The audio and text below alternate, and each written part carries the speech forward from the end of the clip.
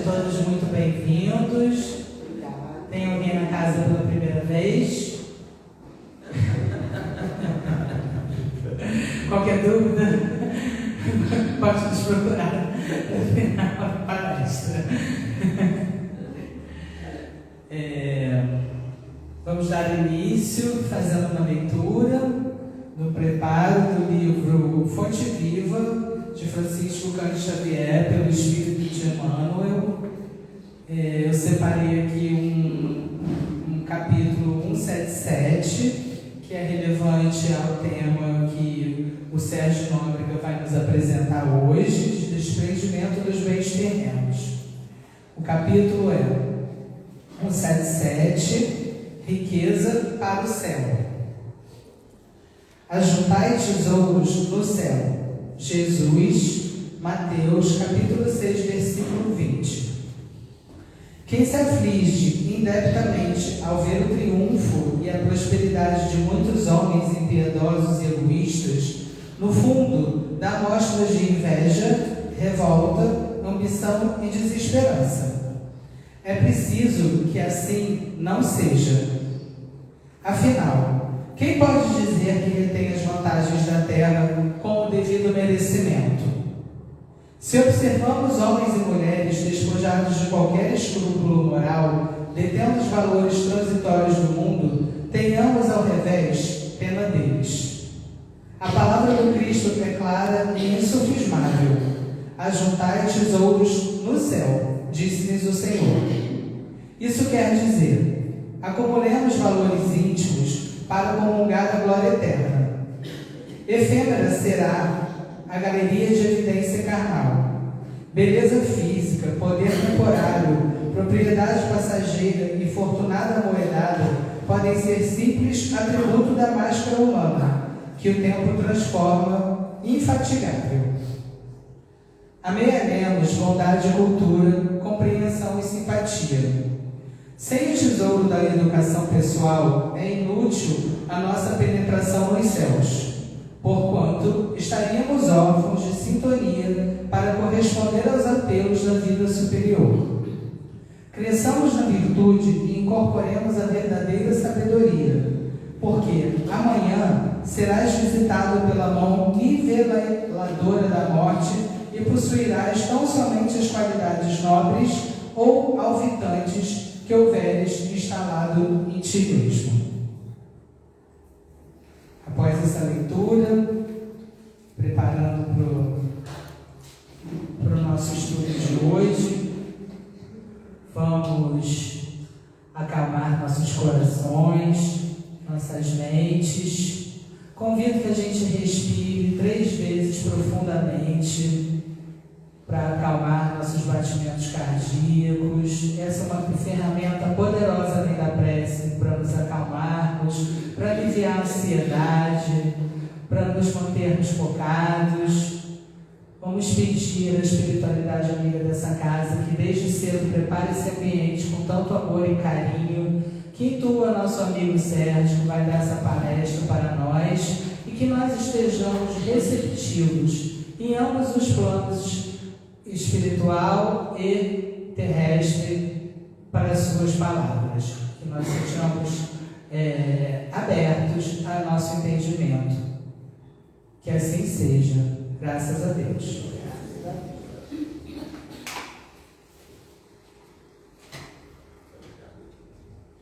Senão dá microfone. Boa noite.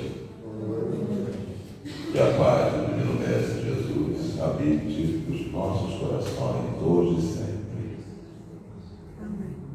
Nós vamos falar do desprendimento dos bens terrenos, do desapego das coisas materiais, porque o que é matéria fica no plano material, o que é do Espírito vai com o Espírito para a sua verdadeira pátria. Portanto, devemos nos acostumar com o desapego. Tá bem? Desapego de tudo que é matéria. Você pode gostar, claro, imagina, né? pode gostar, virou aqui, aquilo ali, mas não te apegues, porque senão você cria vínculos que vão te prender aqui na hora do seu desprendimento, tá bem? Bom, mas tudo isso nós hoje sabemos, graças a esse espírito arcangélico que aqui esteve há 2000 anos e que nos ensinou tudo o que devemos saber para o nosso aperfeiçoamento, porque ele recebeu das mãos criadoras e incriadas do nosso Pai Celestial a sublime missão de nos conduzir em perfeição para o Pai. Mas isto interessante já era do conhecimento desta humanidade há muito tempo. Nós tivemos o nosso irmão profeta Isaías, que é do século 8 a.C., né? Ele desencarna no século 7. Ele já falava, né, do Divino Mestre Jesus, da vinda do Divino Mestre Jesus. E isto 700 anos praticamente antes da vinda do Messias. Que profecia! Pois bem, está no Velho Testamento. Ali, Isaías prometeu que Deus enviaria luz e alegria por meio do nascimento de uma criança que quebraria o jugo da sua carga. Isaías está lá no capítulo 9, versículo 4 do livro de Isaías. E seria chamada essa criança, né? Maravilhoso, Conselheiro, Deus forte, Pai da eternidade, Príncipe da paz. Nós aqui conhecemos mais como Príncipe da paz, não é mesmo? Mas olha, ao longo dos séculos ele foi conhecido desta forma que Isaías disse. Pois bem, então Isaías anunciava a vinda de um rei. Em realidade é a vinda de um rei, né? É um rei humilde que negava trazer artefatos de guerra, viu? De guerra de conquistas. E não era isso o que os judeus estavam esperando como Messias, não é mesmo? Pois bem, então, este anúncio de 700 anos da vinda do Divino Mestre Jesus aconteceu desta forma. Ele vindo da forma mais simples, mais humilde que se possa conhecer. Ele veio numa manjedoura. Veja, esse espírito arcangélico que era rei. Só que o reinado dele não era neste mundo, mas ele era rei. Ele era rei. E um rei que nasce numa manjedoura, isto é um fim para nós, não é? Puxa, que humildade, sim. Ele pregou entre nós o tempo inteiro a humildade, viu?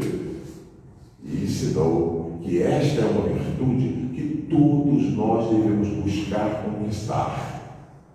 A humildade.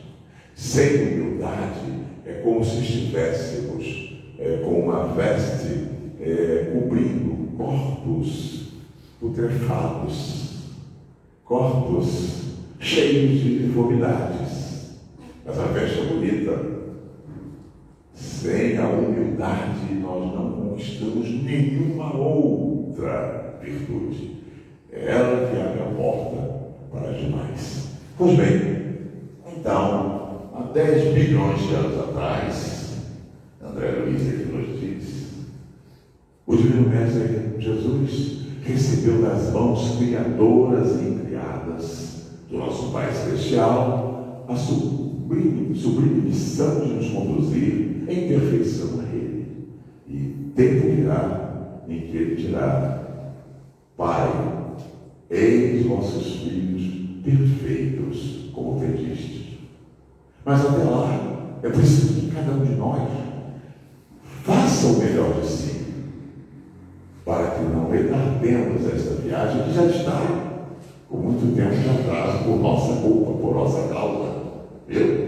Pois bem, então, este mestre divino chegou aqui há 2000 anos com a sua doutrina de amor e luz, que era uma cascata de amor e luz, pronunciando a vitória do bem sobre o mal, né? Da bondade sobre a perversidade, né? Da vida sobre a morte, do amor sobre o ódio. Quando ele aqui chegou, entoou a mais sublime canção que esta humanidade já pôde ouvir, a canção das bem-aventuranças, trazendo para nós a esperança de um porvir melhor. Dizia ele: vinde a mim todos vós que estáis cansados e atribulados, e eu vos aliviarei, porque o meu fardo é leve e o meu jugo é suave. Então o divino Mestre Jesus, que concedeu que fôssemos na sua direção, pois que nos albergaria em seio generoso, foi ele quem nos aconselhou a mudarmos o rumo do que nós estávamos fazendo. Por exemplo, só um exemplo, ele quebrou um paradigma que já vinha há séculos com as leis de Moisés. Certas tardes de sábado, ele sobe ao púlpito quando lhe dão a palavra e diz: ouvistes que foi dito, amarás o teu próximo e odiarás o teu inimigo. Eu, porém, vos digo, amai aos vossos inimigos, porque se assim não procederes, não sereis dignos de ser chamado filho de meu Pai que está nos céus, que ergue o sol sobre os bons e os maus, e faz chover sobre os justos e os injustos. Então ele quebrou esse paradigma, né? Porque assim nós aprendemos a amar o próximo, o filho, a esposa, o amigo, mas odiar o inimigo. Ele quebrou isto. Não prestou. Eles não gostaram. Mas ele, com a autoridade de um rei mesmo, ele sustentou isso e realmente quebrou. Hoje nós sabemos que devemos amar a todos. Todos, porque somos todos filhos de um mesmo Pai. Então somos irmãos. Então, o Divino Mestre Jesus veio nos mostrar o caminho, veio nos dizer o que fazer para passarmos pelo atalho. Então ele mandou o Consolador prometido. Qual foi mesmo? A doutrina espírita, não é isso? A doutrina espírita é um atalho que nos tira da estrada larga e nos conduz à estrada estreita, que há de nos conduzir à estrada das moradas luminosas dos bem-aventurados. Vamos aproveitar então essa oportunidade, vamos aproveitar essa doutrina, que ela nos ensina a amar a todos, nos ensina coisas que algumas outras podem não ensinar. Ela ensina o desapego às coisas materiais. Jesus não prometeu carro, não prometeu apartamento. Ele prometeu curar as nossas almas, porque as nossas almas estão adoentadas. Nós estamos doentes, meus irmãos. Somos doentes da alma. E ele veio curá-las e mostrou que a cura está em nós. Nós temos os meios apropriados para nos curar. Basta buscar fazer o bem, basta trabalhar com amor. Assim você vai lentamente tirando a fuligem que veda A saída da luz está em você. Ele mesmo disse certa vez: brilhe vossa luz. Mas por que ela não brilha? Ela não brilha porque ela vem de dentro para fora, vai de fora para dentro. Por que ela não brilha? Por causa da fuligem que está no nosso perispírito. Essa fuligem está consubstanciada nas nossas mazelas, nas nossas mazelas. Devemos combater essas mazelas em nós. Muito bem. Vamos ver aqui. Olha, o reino de Deus anunciado por Jesus. Ele estava, depois que percorreu, durante 3 anos depois, ele, depois disso aí, ele percorre 3 anos. Mas inicialmente, ele é tão humilde, esse espírito evangélico, que ele anuncia o reino de Deus na sinagoga modesta de Nazaré, que ficava numa ladeira, sabe? Foi uma tarde de sábado que ele anunciou o reino de Deus. A sinagoga regurgitava de judeus ansiosos por se verem livres dos juros romanos. E ele passou por todos, sentou-se lá atrás, como ele mesmo nos ensinou: quando fores a algum lugar, não procure sentar nas primeiras carteiras, porque pode ser que chegue alguém mais importante e te peça para sair. Olha a humildade que ele está nos ensinando. Sente-se, portanto, as últimas, porque pode ser que até te chame: venha para cá, companheiro. Isto é Jesus. Pois bem, vou falar um pouquinho mais disso aí. Nesta tarde de sábado, o Divino Mestre Jesus entrou, eu disse a vocês, na sinagoga e sentou-se lá atrás. Quando lhe deram a palavra, ele sobe ao púlpito, pega a Torá das mãos do assistente da sinagoga, do assistente do templo, e abre em Isaías e lê textualmente assim: o Espírito do Senhor está sobre mim, pelo que me ungiu para que eu anunciasse a boa nova aos pobres. Ele pediu que eu viesse para proclamar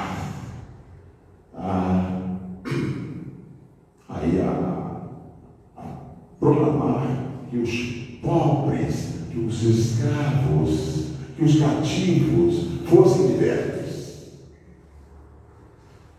Então ele anuncia o reino de Deus. O reino de Deus é assim. Foi uma proclamação simples, pequena. Jamais se viu proclamação tão curta como a de Jesus. Bem, o que aconteceu ali não é o objeto do nosso estudo de hoje, então eu vou deixar. Mas olha, quem lê isso aí vai descobrir coisas maravilhosas que aconteceram nesta tarde, quando Jesus anunciou o reino de Deus. Mas depois acontecem todas aquelas coisas, né? Ele começa a nos ensinar a trabalhar no bem, a fazer o bem, né? Nos ensina essa lei sublime do perdoar. Pedro pergunta a ele: mas quantas vezes eu vou ter que perdoar, Senhor? Ele disse: até 70 vezes 7 vezes. E hoje nós sabemos uma mesma acusação. Então é perdoar sempre. E ele prometeu que nos enviaria um Consolador. Isso está no Evangelho segundo o Espiritismo, no capítulo 6. Ali é dito que todos os sofrimentos, misérias, decepções, dores físicas, perda de seres amados, olha quanto sofrimento temos, hein? Tudo isso encontra consolação na fé no futuro, na confiança na justiça de Deus que o Cristo veio ensinar aos homens. Então ele, que é o Senhor da verdade e da inteireza, veio nos dizer que esses sofrimentos têm suas causas. Sabe, o sofrimento é um efeito, não é mesmo? E todo efeito tem uma causa. Essas causas, elas podem ser anteriores a esta existência nossa, mas também podem ser nesta mesma existência, né? Desde que erremos aqui ou façamos alguma coisa fora das leis de Deus, estaremos em dívida. Pois bem, ele disse: eu vos enviarei um Consolador que há vos mostrar tudo o que eu estou falando e muito mais. Isso porque ele sabia que haveria torções daquilo que ele estava falando, daquilo que ele estava dizendo. Bem, seguindo,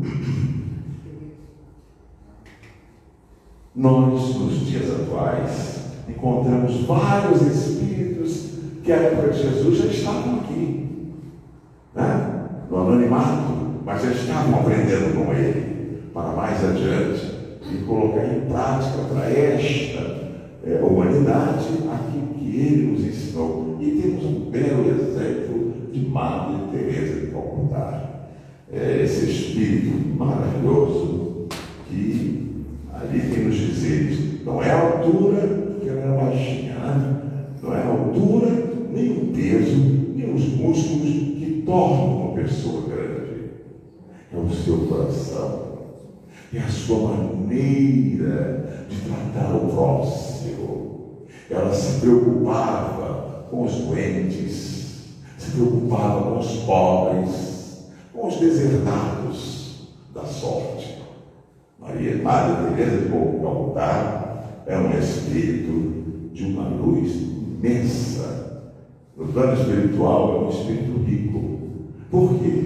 Porque aqui ela se desprendeu dos bens materiais e ficou com os bens espirituais, como Jesus nos ensinou. Ele disse: buscai, né, acumular tesouros no céu, porque os tesouros da terra vão ficar na terra. Tudo aquilo que nós produzimos e conquistamos aqui são conquistas daqui. Quando você é chamado para a pátria da verdade, você só leva o bem que você fez. Porque o bem é um valor do espírito, ou não, né? Se você não fez o bem, nem o que você vai levar? Então você pode chegar lá rico, é esse caso aqui, ó. Sempre lidando com os pequenininhos, com os sofredores. Chegou rico no plano espiritual. E olha, eles dizem mesmo, vocês não têm noção do que seja a riqueza no plano espiritual. E a pobreza também. Porque a pobreza lá é algo que dói na alma.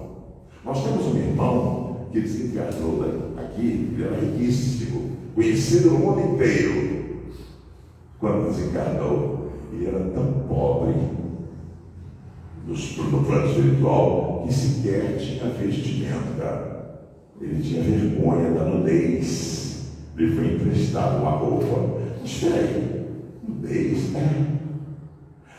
Quando você, nos seus desdobramentos, né, faz a sua projeção astral, quando você sai do corpo, isso acontece sempre que você dorme, né?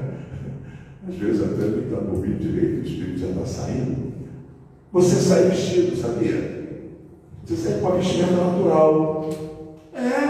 Você pode dormir do jeito que você quiser, mas se você for para o astral, você sai vestido.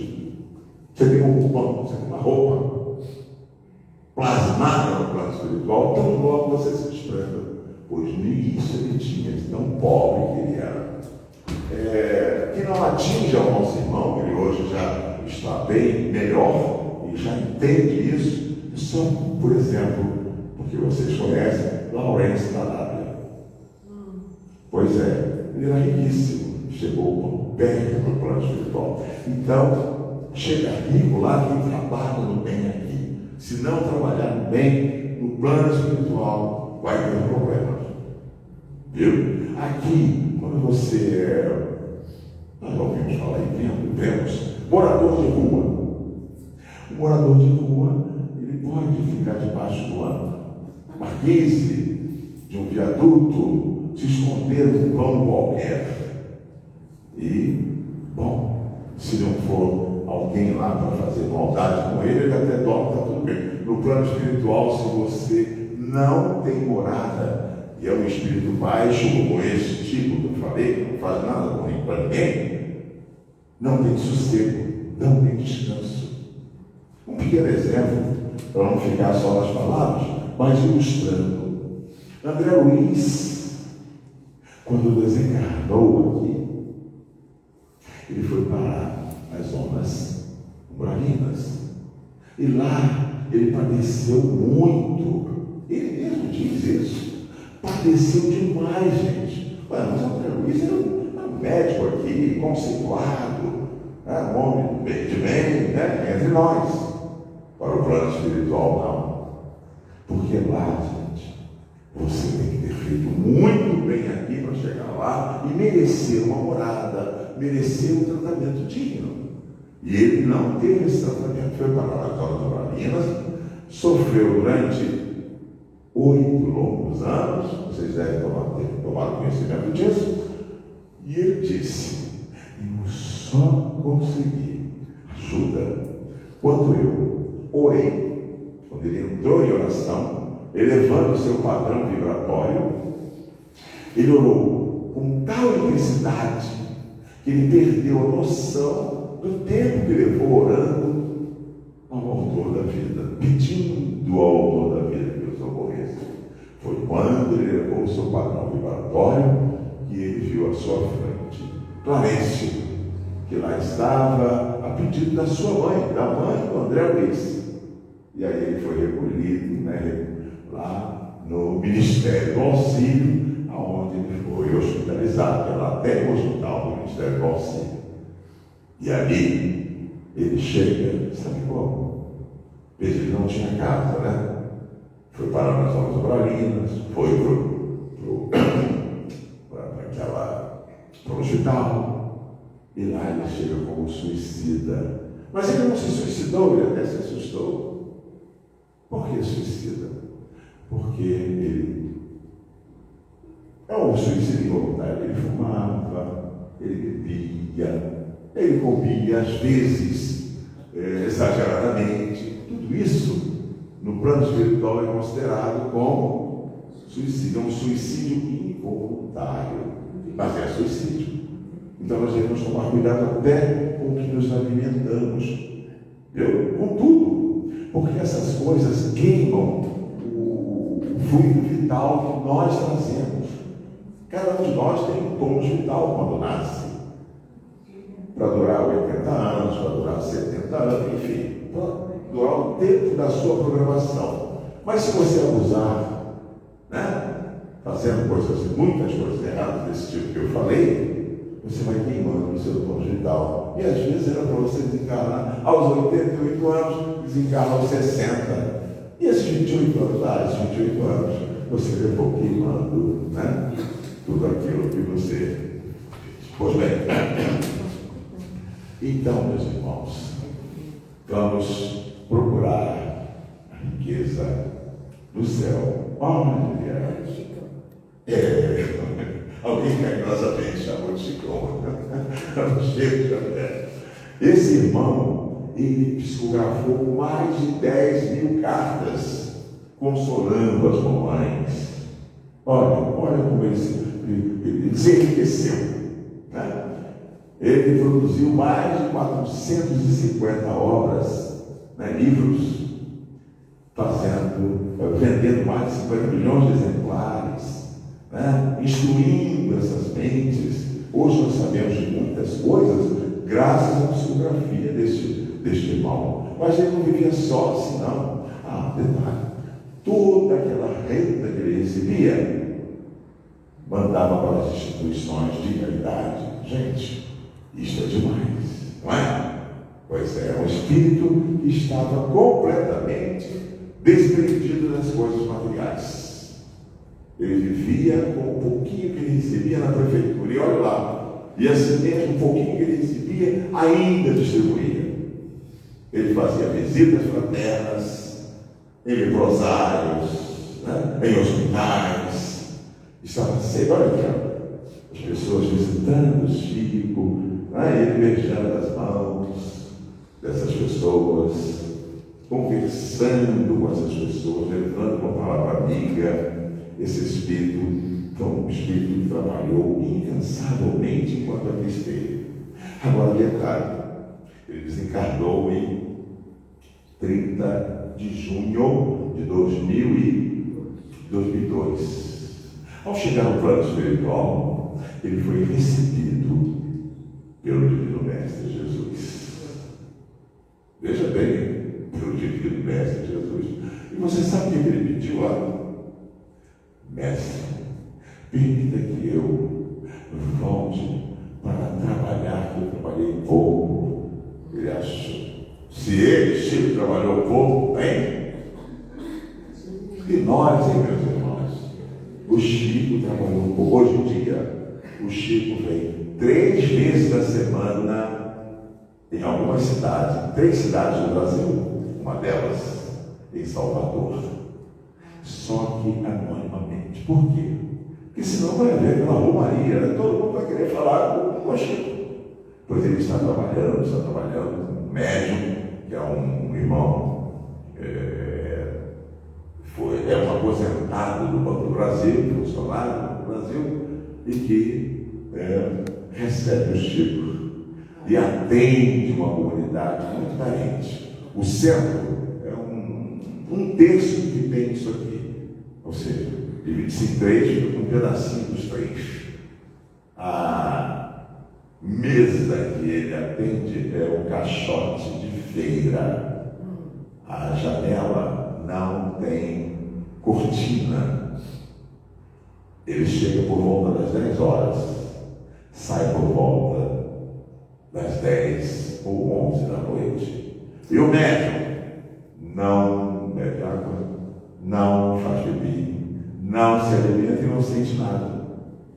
Isso é o Chico. É o Chico trabalhando neste irmão. Esse centro fica na Cracolândia, no lugar que tem uma Cracolândia ali que está implantado o trabalho do Chico. Isso é uma das cidades que trabalha. Este espírito é um espírito riquíssimo, que vem se preparando, há milênios até chegar aqui. Uma coisa interessante é que, vocês sabem disso, o Chico sempre trabalhou, sempre que nós temos conhecimento, ele sempre veio na linha evolutiva feminina. Viu? Durante muitos séculos ele reencarnou na linha evolutiva feminina. E nós sabemos que para atingir a perfeição, nós temos que reencarnar nas 2 linhas evolutivas, correto? Porque ser é conhecer, conhecer é ser. Eu não posso dizer que ser mãe é uma coisa muito boa, isso e aquilo. Eu não sou mãe, nunca fui mãe. Eu posso falar, mas não sentir. Né? Mas o Chico veio na linha evolutiva feminina para o trabalho que ele havia de desenvolver agora, quando ele nasce, né? Em 1910, é que ele veio na linha evolutiva masculina. Mas você vê esse espírito, como ele, a fineza dele, hein? Dá para você perceber como ele falava, como ele se portava, os seus movimentos. Viram, né? Pois é um espírito que estava totalmente desapegado, desprendido dos bens materiais. É um exemplo para a gente. Pois bem, porque se assim não procedermos, nós vamos nos entender muito, viu? Vamos adiante. Veja bem, esse espírito trabalhou muito para o Divino Mestre Jesus. Jean Baptiste e Dominique Lacordaire, mais conhecido como Lacordaire. Ele tem várias entradas, vários artigos do Evangelho segundo o Espiritismo. E ele fala da humildade. Me parece que está no capítulo 11, item 7, Lacordaire falando sobre a humildade. A humildade é algo, é uma virtude que poucos possuem. E aí ele diz: aquele que pensa que é caridoso, que faz caridade, mas não tem humildade, não é caridoso. Ele vai perceber, mais adiante, ele não fazia caridade, ele fazia tentando ganhar alguma coisa a mais. Lacordaire, ele dizia, quando encarnado, ele dizia: o orgulho divide os homens, a humildade únicos. Esse espírito desencarnou em 1861. 2 anos após, ele já estava escrevendo, um pouco antes disso, em 1863, já aparece no Evangelho segundo o Espiritismo, né? Coisas que Lacordaire escreveu. Diz ele: o amor aos bens terrenos, sobre isso que nós estamos falando hoje, o amor aos bens terrenos é um dos mais fortes entraves ao vosso adiantamento moral e espiritual. Entendeu? As pessoas são apegadas às coisas materiais, estão, na realidade, deixando de avançar no aspecto moral e espiritual. Pelo apego à posse de tais bens, destruís as vossas faculdades de amar, ao aplicá-las todas as coisas materiais. E tem pessoas que vivem diretamente das coisas materiais. Mas nós estamos, afinal de contas, no mundo material, vivemos aqui, temos que usar as coisas daqui. Sim, mas sem apego. A doutrina não condena a riqueza. Aliás, a doutrina não condena nada. Ela nos conscientiza de tudo. Mas não diz: olha, você é louco. Não. Ela simplesmente nos conscientiza. Viu? E diz ele mais: sede sinceros. É uma pergunta que ele faz. Sede sinceros. Isso é uma coisa falando. A riqueza proporciona uma felicidade sem mescla.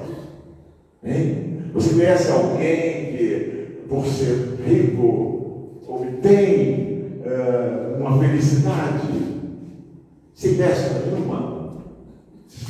Vendo aí na mídia, todo momento aparece, né, pessoas de posse e que têm problemas. Por quê? Porque esse mundo ainda é um mundo de expiação e provas.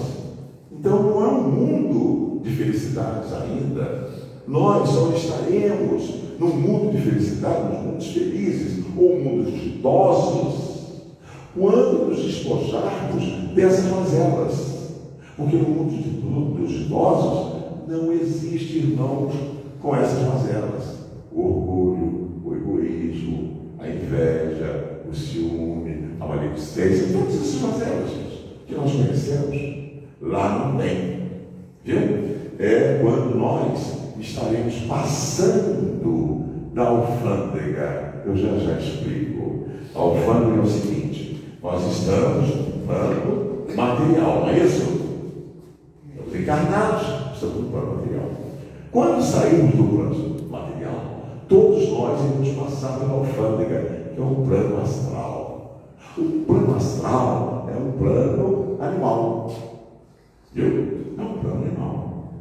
E se você ainda tem identificação com os animais, você fica retido nessa alfândega. Você pode estar um pouquinho mais para lá, um pouquinho mais para cá, mas você ainda tem a ver com aquilo que os animais têm. Mas o que os animais têm?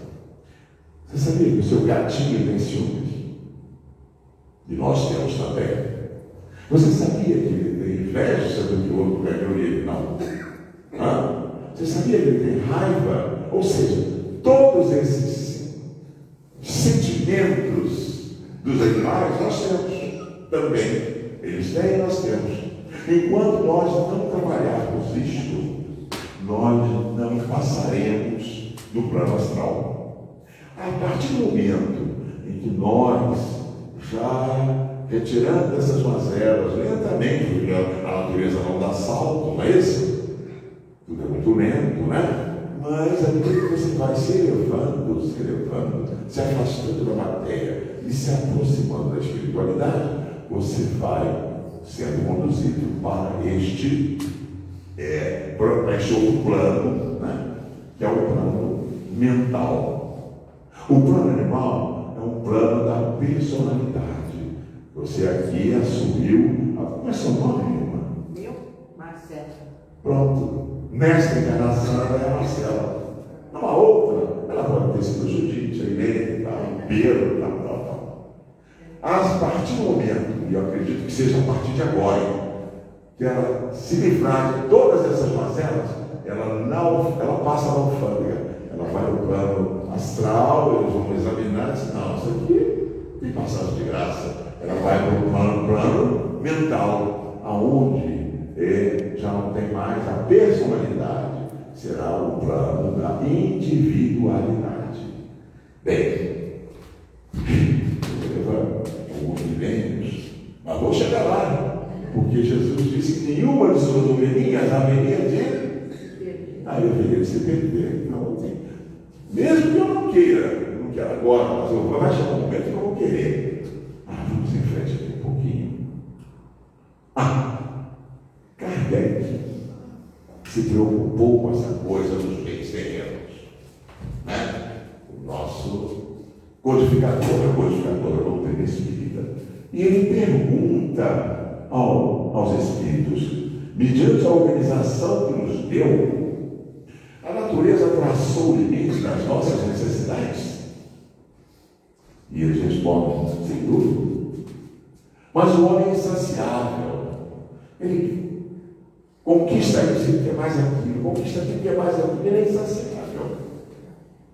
Por meio da organização que ele deu, a natureza lhe traçou o limite das necessidades. Porém, os vícios lhe alteraram a constituição e lhe criaram necessidades que não são reais.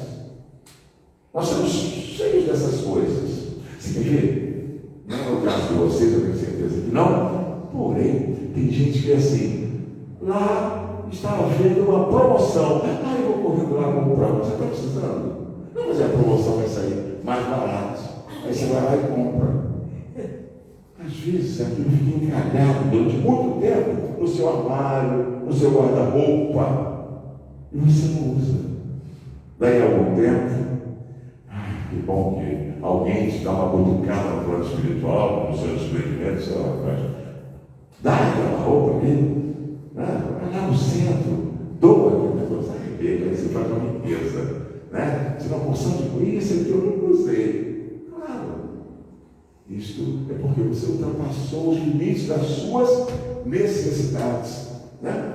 Você não observou isso e ultrapassou. Mas Kardec, esse espírito, que também é um espírito milenar, né? É um espírito que se preparou muito para chegar até aqui, né? Nas suas diversas reencarnações que nós temos, nos nossos estudos, até que espírito foi esse, aonde ele encarnou, como ele encarnou, ele veio muito preparado desta vez, quando ele nasceu e por isso ele organizar e ele não satisfeito. Na pergunta 719 do Livro dos Espíritos, ele diz: merece censura o homem por procurar o bem-estar? Merece ser censurado? E eles respondem: é natural o desejo do bem-estar. Então isso é natural, gente. O desejo do bem-estar é algo natural. Deus só proíbe o abuso. É natural, né? O desejo do bem-estar, mas Deus só proíbe o abuso por ser contrário à conservação. Quando você abusa, você está contrariando uma lei, que é a lei da conservação. Ele não condena a procura do bem-estar, desde que não seja conseguido à custa de outrem, quer dizer, do sacrifício de outro, né? e não venha a diminuir-vos nem as forças físicas, nem as forças morais. Pois bem, nós, ainda Jesus existia. Vamos ver se ele aparece aqui, ainda não. Jesus diz assim, Mateus registrou no seu Evangelho, capítulo 6, versículos 19 a 21 e de 25 a 34, as palavras de Jesus: não acumuleis tesouros na terra. Veja bem, palavras de Jesus, gente, para a gente. Não acumuleis tesouros na terra, onde a ferrugem e os vermes os comem, e onde os ladrões os desenterram e roubam. Acumulai tesouros no céu, onde nem a ferrugem, nem os vermes os comem, porque onde está o vosso tesouro, aí está também o vosso coração.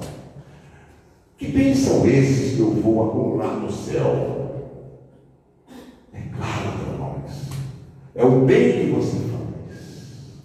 Se alguém chegar a você com as suas necessidades, mesmo que você não possa materialmente ajudar este irmão, dê-lhe ouvidos pelo menos, olhe para ele nos olhos para se sentir um seu irmão, um seu igual, ouça, empreste ouvidos aos amigos, viu? Procure se dar.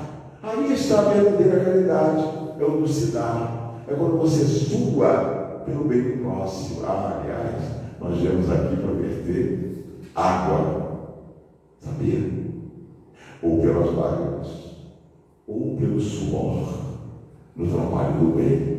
Se você verter essas águas pelo suor no trabalho do bem, você não irá derramar lágrimas de tristeza, de sofrimento, e sim de alegria, do bem-estar, da felicidade que te será proporcionada quando daqui te retirares. A vida continua, companheiros. Nós não somos estas carnes onde estamos. Nós somos espíritos encarnados. Somos herdeiros dos céus, conquistando valores de milênio a milênio, de encarnação em encarnação. E olha, não há favoritismo no tempo do eterno. Todas as criaturas de Deus têm que se aperfeiçoar ao infinito. Nós vamos sair dessas carnes e vamos estar na verdadeira vida, que é a vida espiritual. Vamos tratar do espírito. Por isso que a doutrina espírita tem 5 princípios fundamentais, e é bom que falemos pelo menos de 2 deles. O primeiro é a crença na existência de Deus como inteligência suprema e causa primária de todas as coisas. Mas tem um outro princípio básico da doutrina espírita, o da imortalidade da alma, que pré-existe ao corpo e a ele vai sobreviver. Opa, então nós somos espíritos imortais. Nós não iremos morrer, nós iremos trocar de vestimenta, trocar de roupa, mas estaremos sempre vivendo, porque Deus é Deus de vivos e não de mortos. Então, meus irmãos, vamos dar importância ao que é mais importante. O que é mais importante? É você ou a roupa que você está vestindo? É você. A roupa você deixa por aí, bota outra, você vai continuar sendo você. Então, dê importância a você. E dar importância a você é cuidar do seu espírito. Tem um irmão que diz assim, mais ou menos isso: você todos os dias lava o seu corpo, tira as sujidades do seu corpo, né? Toma banho, se limpa. Porque se você não fizer isso, podem se acumular sujidades que trarão doenças no seu corpo físico, que é perecível, que vai ficar por aí. Mas se você não cuidar da alma, você pode obter sujidades na alma que irão ficar por séculos e séculos com você. Doente da alma não é como doente do corpo. O doente do corpo, daqui a pouco ele sai do corpo, fica 40, 30, 80 anos e e ele vai continuar existindo por todo sempre. Amém. Vamos cuidar do espírito. A lavagem do corpo é com a água, com o H2O daqui, mas a lavagem do espírito, aliás, do perispírito, né? É o bem que você faz. Quando você faz o bem, pensa no bem, pratica o bem, você entra em expansão. E todo o seu cosmos orgânico, formado por trilhões de células, que são cada uma delas uma entidade corpuscular, todos se beneficiam. E você leva saúde para o seu corpo, tanto físico quanto espiritual. Mas se você não cuida, eles começam a adoecer. E aí, bem, ainda bem que o Pai é tão bom, né? Que permite que você volte aqui quantas vezes, hein? Tantas quantas forem necessárias. Esse é um outro princípio da doutrina espírita. Ela é reencarnacionista, é a reencarnação que propicia o irmão voltar aqui tantas vezes quantas forem necessárias. Pai do céu. Estou falando de riqueza, né? E bens materiais, não é isso? E vamos falar um pouquinho desse nosso irmão, que foi conhecido como o mancebo rico. Nós sabemos esse é o lugar. Pois bem, era um rapaz muito rico, vivia numa casa luxuosa, em Cesareia, isso. Ele vivia nessa casa luxuosa e tinha uma boa saúde, vivia cercado de companhias para as festividades, para os esportes que ele praticava, enfim. E nada lhe faltava. Ele tinha tesouro, tinha ouro, tinha joias, tinha coisas maravilhosas. Mas o seu coração era vazio. Ele se sentia vazio. Ele não se sentia bem. Ele sabia que estava faltando alguma coisa, mas não sabia o que. Um dia ele soube que havia aparecido em Cesareia um profeta, um poderoso profeta, realizando prodígios e anunciando o advento de um reino, do reino de Deus. Ele disse: está aí a oportunidade de eu. Será que ele faz isso? Será que ele vai trazer aquilo que eu preciso, porque eu sou infeliz? Eu quero ser feliz.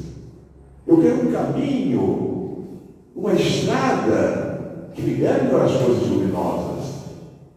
E ele se sentia totalmente.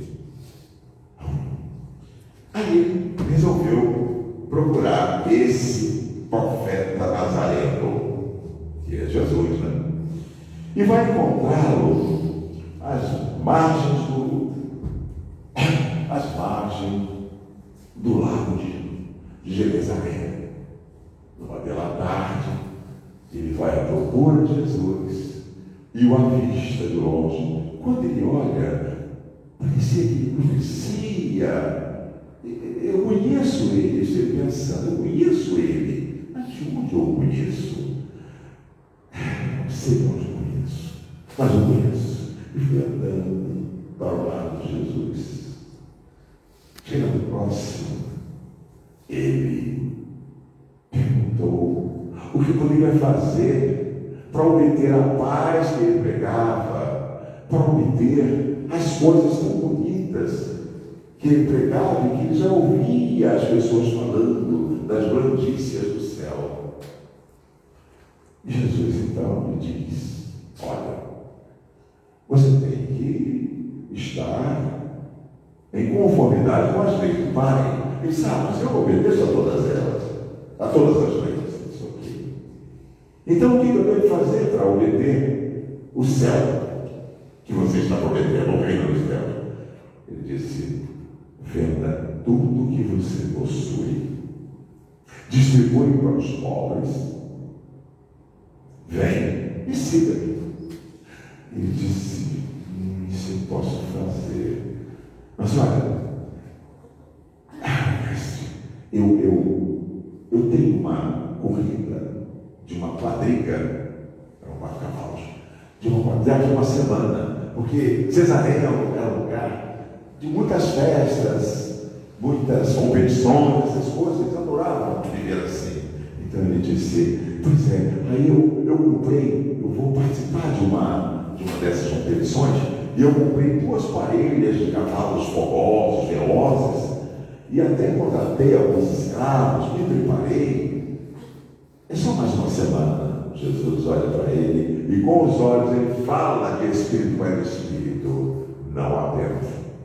Ele recebe a mensagem, sabe aquela transmissão de pensamento? Era Jesus falando com o espírito dele diretamente. Não há tempo a perder. Venda tudo que tens e siga-me. Ele ficou sem jeito e disse: eu tenho que fazer isso, mas eu vou segui-lo, mas não vai deixar. Me dê mais uma oportunidade, mais um tempo. Ele disse: não há tempo a perder.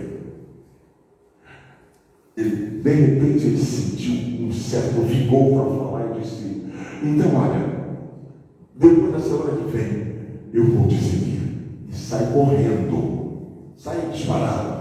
Ele não queria ficar mais olhando para Jesus, porque ele estava percebendo que Jesus tinha sobre ele uma ascensão moral muito grande. E ele estava percebendo que não ia poder fugir daquele compromisso. Esse compromisso, aliás, foi assumido no plano espiritual. Por isso que ele disse: por isso eu não sei de onde.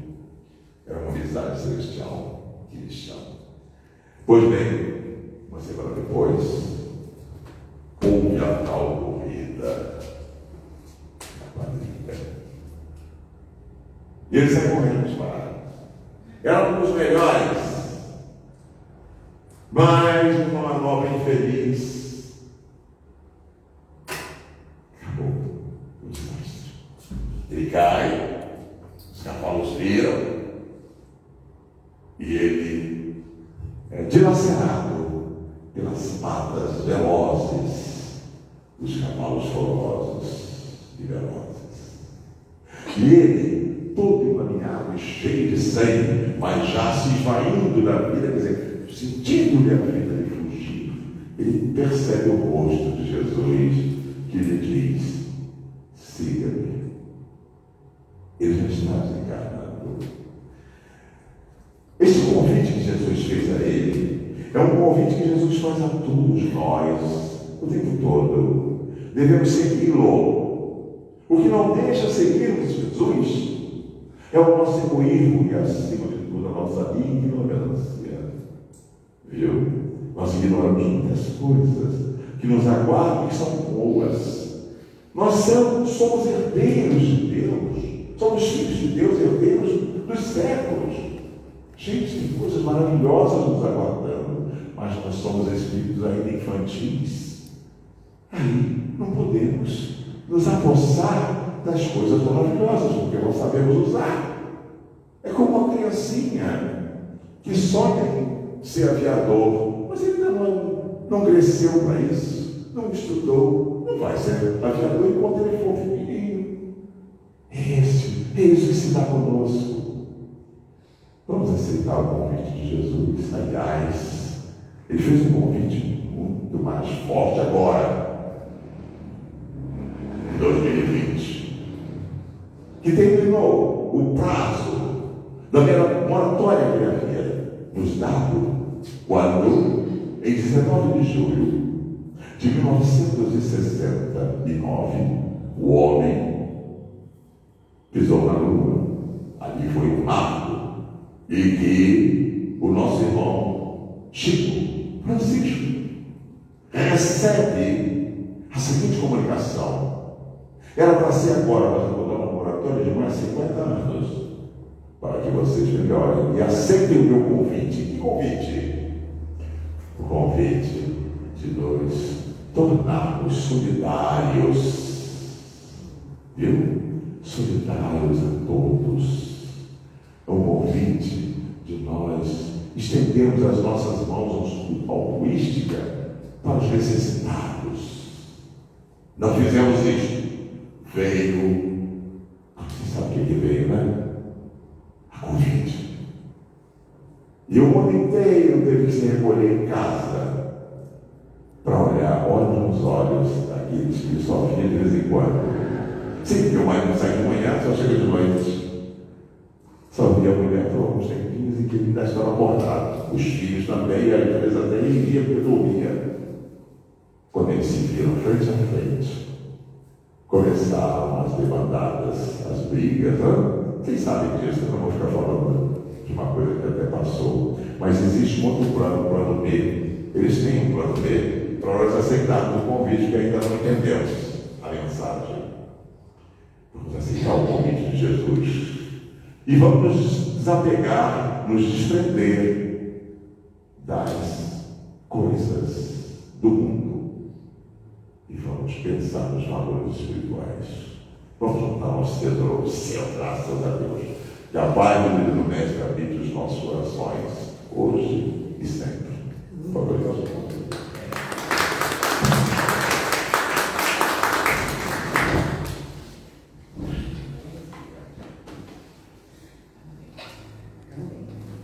Nós agradecemos Sérgio Nóbrega por trazer as reflexões decorrentes do estudo dele, do tema hoje desprendimento dos bens terrenos. E agora passamos para o passe. Solicitamos que o público permaneça sentado e em silêncio.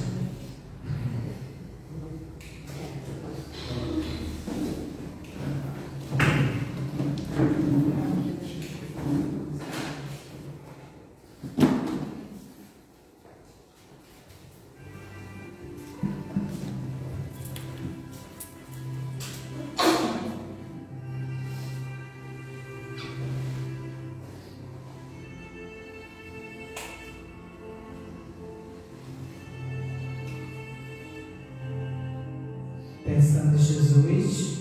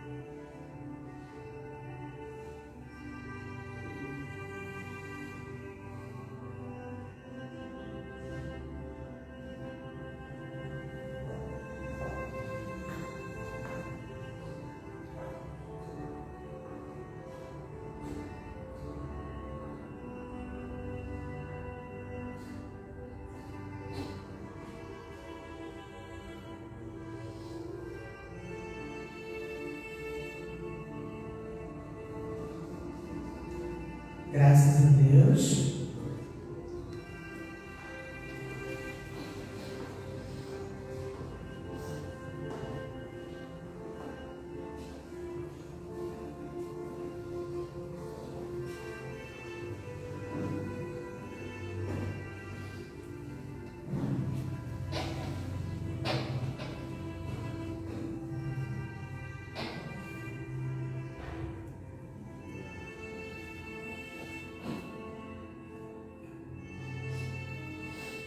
Mestre Jesus, espiritualidade amiga dessa casa, que nos carrega no colo com tanto amor e com tanto carinho, que desde cedo prepara esse ambiente salutar, iluminado, cheio de amor.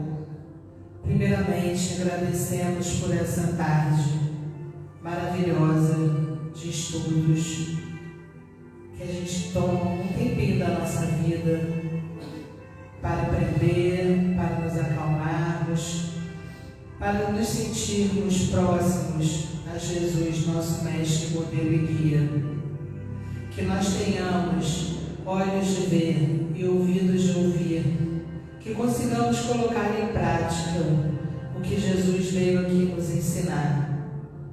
Pedimos, Senhor, pelos nomes das caixinhas de encarnados e desencarnados, também a qualquer parente encarnado ou desencarnado que possa passar pela nossa tela mental nesse momento. Pedimos também que fluidifiquem as aguinhas daqueles que trouxeram suas garrafinhas. Aproveitamos também, Senhor, para pedir perdão pelas nossas ofensas, porque ainda somos imperfeitos e ainda cometemos deslizes. Ajuda-nos a cada dia melhorarmos, a cada dia consigamos sermos melhores e que consigamos controlar nossos impulsos e que sejamos controlarmos nossas más tendências, como os bons espíritos. Agradecemos mais uma vez ao nosso palestrante que carinhosamente veio à nossa casa. Pedimos pela sua família, pela sua saúde, pela sua casa.